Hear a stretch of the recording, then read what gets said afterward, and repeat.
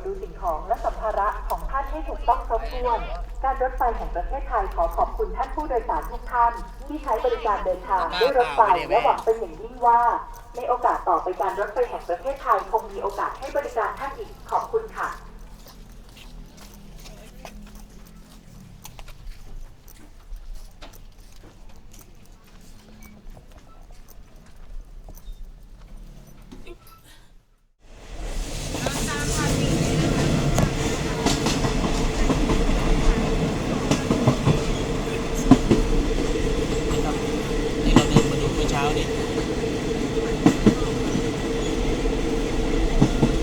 คลองม่วงเหล็กไปทางวัดพระพุทธ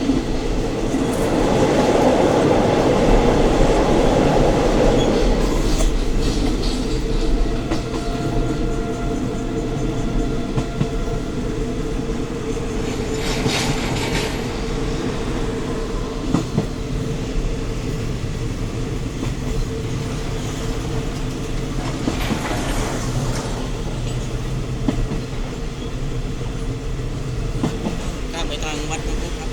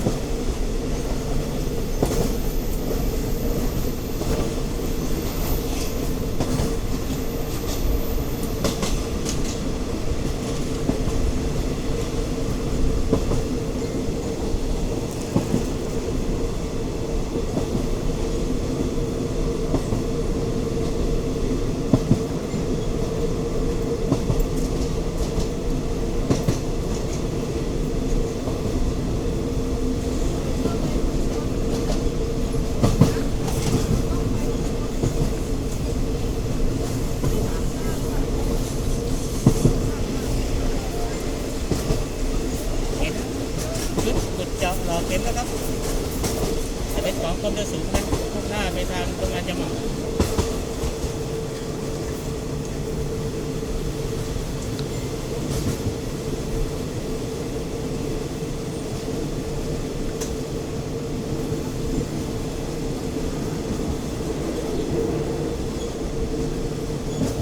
รับโรงงานยาหม่อง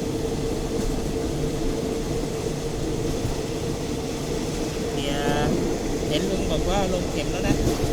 ก่อนถึงโรงงานยาหม่องแล้วก็ทำเส้นทางเคลียร์ไปเรื่อยๆเป็นระดับดินแล้วตอนนี้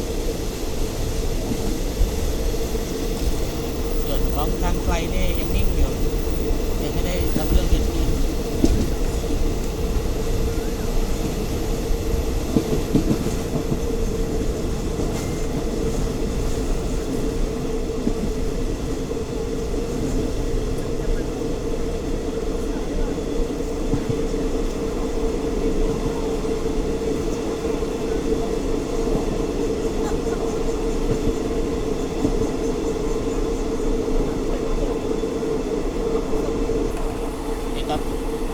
เคลียร์กันแล้ว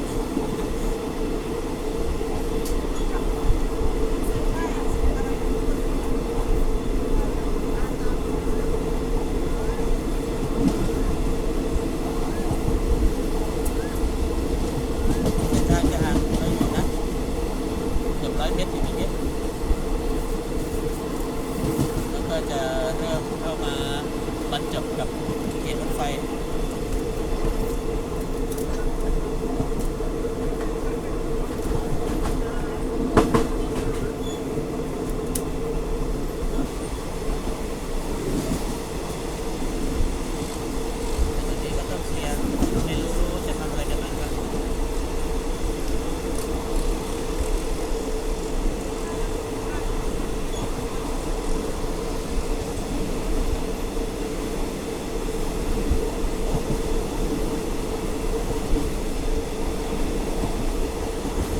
ครับข้างหน้าเรานี่ครับต้นมะม่วงก็โค่นทิ้งแล้วพอจะบอกว่าต้นมะม่วงตัวนี้ชัดเจนครับเริ่มทำตั้งแต่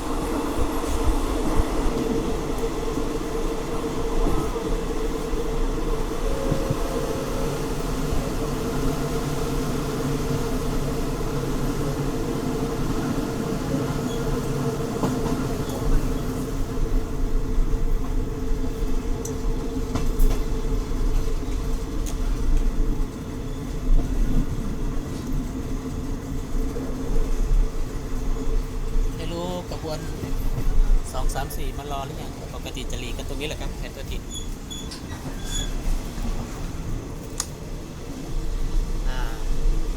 ขบวน234มารอแล้วมาจากสุรินทร์ครับทางไปแอ่งบกเหล็กยังเป็นรางเดี่ยวอยู่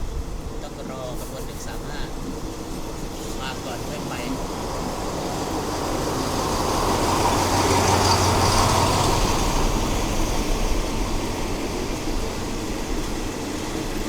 ขบวน234ครับมาจากสุรินทร์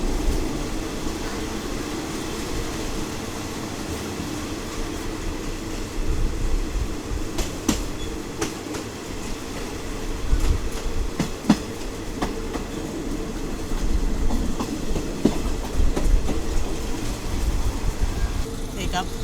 จุดเริ่มที่จะสร้างเป็นทางยกระดับก็อยู่ตรงข้างวัดบางกระสอบนี่แหละครับจุดสังเกตให้ดูตรงคอสะพานยูเทิร์นเกือกม้านี่ครับตรงแทงน้ำประปานี่แหละก็จะเริ่มทำแล้วแต่ทำไมมันใกล้ยูเทิร์นเกือกม้าจังหวะแล้วจะขึ้นยังไง จากระดับดินถึงทางยกระดับเป็นทางยกระดับเป็นทางยกระดับสังเกตตรงนี้ไหมนะเดี๋ยวให้เข้าพื้นที่ชุดจะหลอกเก็บเข้ามาก่อนเราจะเห็นว่าตรงนี้จะยกข้ามหรือจะลอดไปก่อนเพราะมันใกล้มากเลยแล้วก็ไปอีกสักพักตรงโค้งที่จะข้ามไปทางฝั่งซ้ายมือเราครับตรงหลังปั๊มน้ำมันคอสโมถ้าเราขับรถตรงถนนมิตรภาพนะนั่นแหละจะข้ามมาอยู่ประมาณนี้นั่นแหละมีเกียร์ที่เท่าไหร่จำไม่ได้ตรงนี้ก็ยกระดับแล้วล่ะนี่ครับตรงแท่งถังน้ำมันคอสโมนี่แหละบริเวณนี้ครับ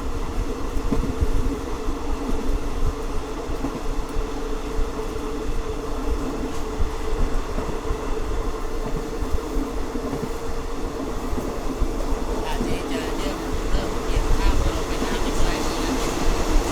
แล้วเลยไปทางที่สองไปที่สาม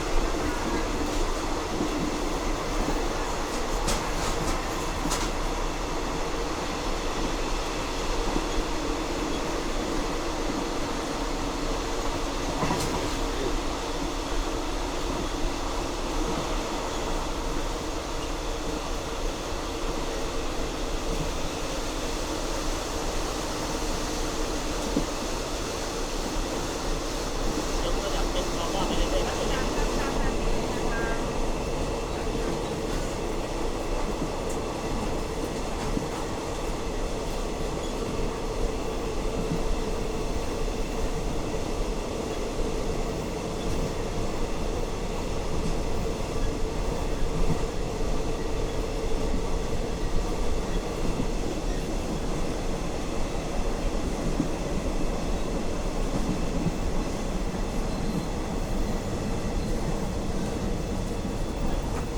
นี่ครับที่เรามาดูแล้วก็จะตรงดิ่งไปทางบันไดม้าเลยประมาณเกือบ3 กิโลนะครับก็จะสิ้นสุดสัญญาที่3 ที่ 1ช่วงบางกระสมบันไดม้าสิ่งข้างหน้าเราก็จะเป็นร่องของทางวิ่งของทางไฟครับ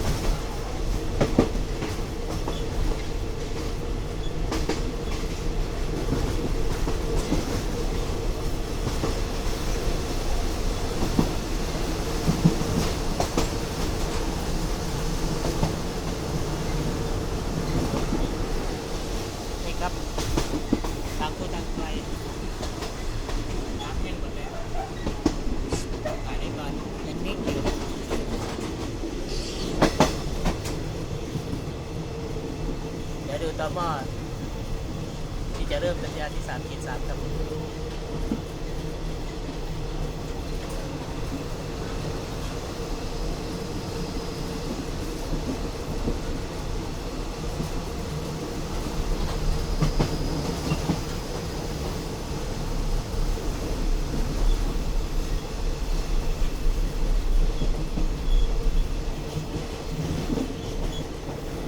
นี่ครับอาบันเป็นจุดเริ่มของสัญญาณที่3.3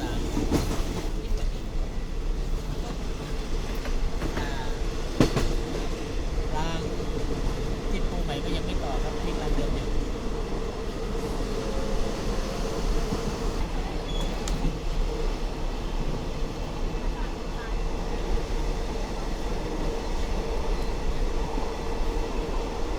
เริ่มสัญญาณที่3.3นะครับ ING เนี่ยยาวๆลงไปลำตะคองกันเลย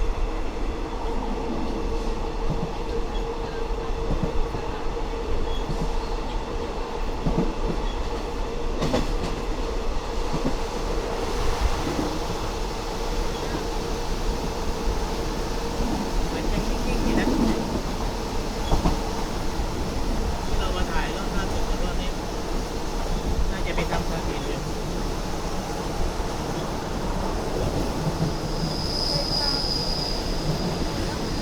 แต่เห็นลงเก็บไว้หมดแล้วหลังตรงหลังชาญชาลาของสถานีบันไดไม้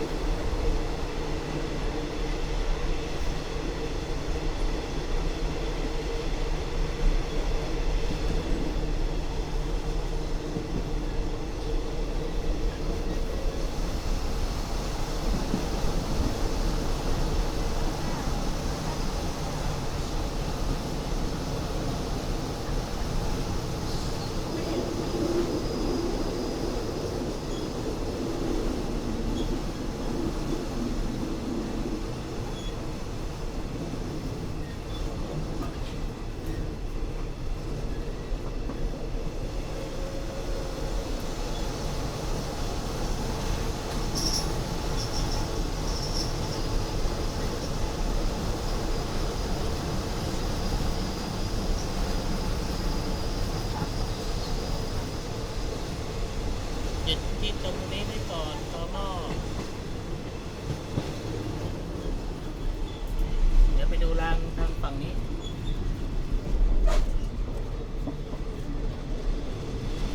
รางใหม่ทางฝั่งนี้ก็ยังไม่ได้ปูนะขยับรางที่เราที่ปูมาที่ขายเห็นว่าตมต้องตรงดิ่งมาดูแล้วว่าตมจะตรงดิ่งมานะดูก่อนนะ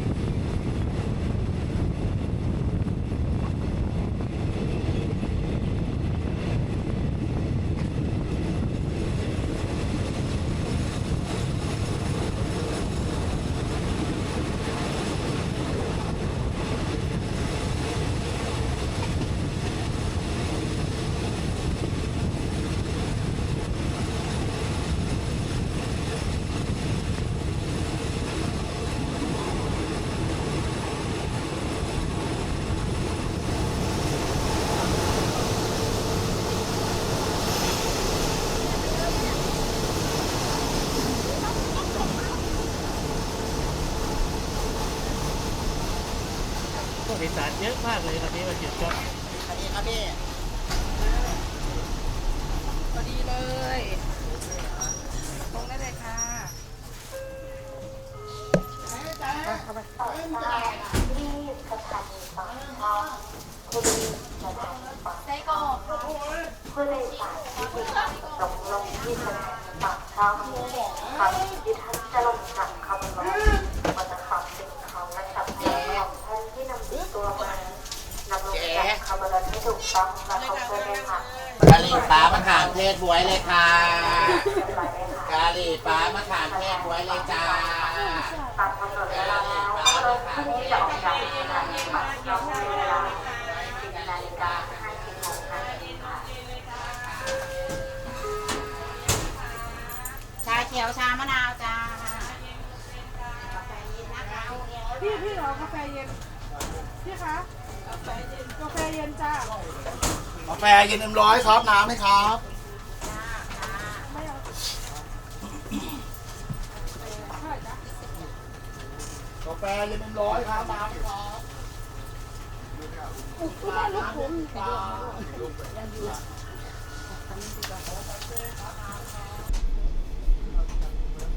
ไส้กรอกไหมคะมดดอกลูกชิ้นไส้กรอกหมูจ้า บริเวณสถานีต่อหม้อก็เรียบร้อยหมดแล้ว ไส้กรอกหมูลูกชิ้นฮอทดอกค่ะไส้กรอกค่ะไส้กรอก กาแฟเย็น100น้ำเย็นเลยจ้า ช่วงเวลาหิวพอดีครับ โค้กแป๊บซี่กาแฟเย็น100